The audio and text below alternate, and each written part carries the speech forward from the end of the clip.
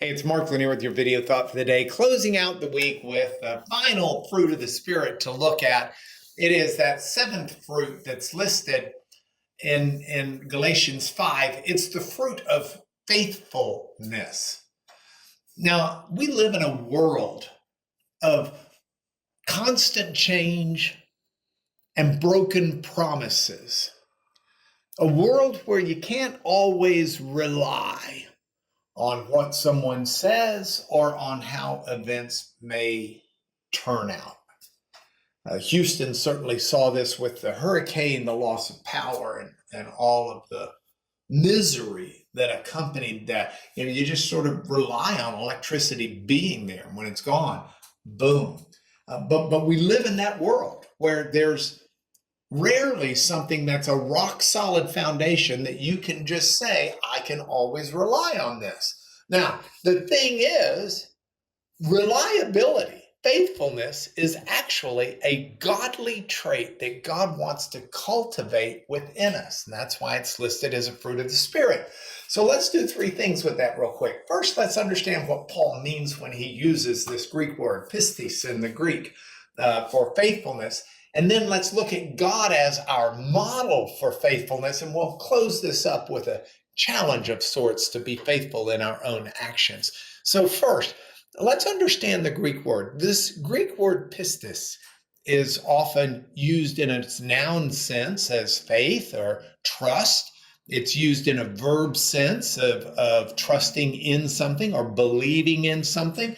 But here we've got it in a form where it encompasses the trait of faithfulness, reliability, someone in whom you can have confidence, someone who is going to be steadfastly loyal, a bit like the Old Testament Hebrew term chesed for covenant loyalty. This is a dependability that's built into the word. And so as the word itself challenges us to be dependable, reliable, responsible, and willing to do what we say, let's go to the second point I want to make, and that is that God is our model here. Now, I was talking about the Old Testament Hebrew concept. There's this great passage in Lamentations chapter 3 that says, because of the Lord's great love, we're not consumed, for his compassions never fail. They're new every morning. Great is your faithfulness. God is faithful. God is reliable. We can trust in him. He embodies that trait that he wants to grow within us. Now, faithfulness is something that, as I move to the third point, that we need to incorporate into the actions of our lives. We need to be faithful in the way we act and in what we do for others. Remember when Jesus talked about in Matthew 25, how the master who has a servant who's been faithful will come back and say, well done, good and faithful servant. You've been faithful with a few things. I'll put you in charge of many.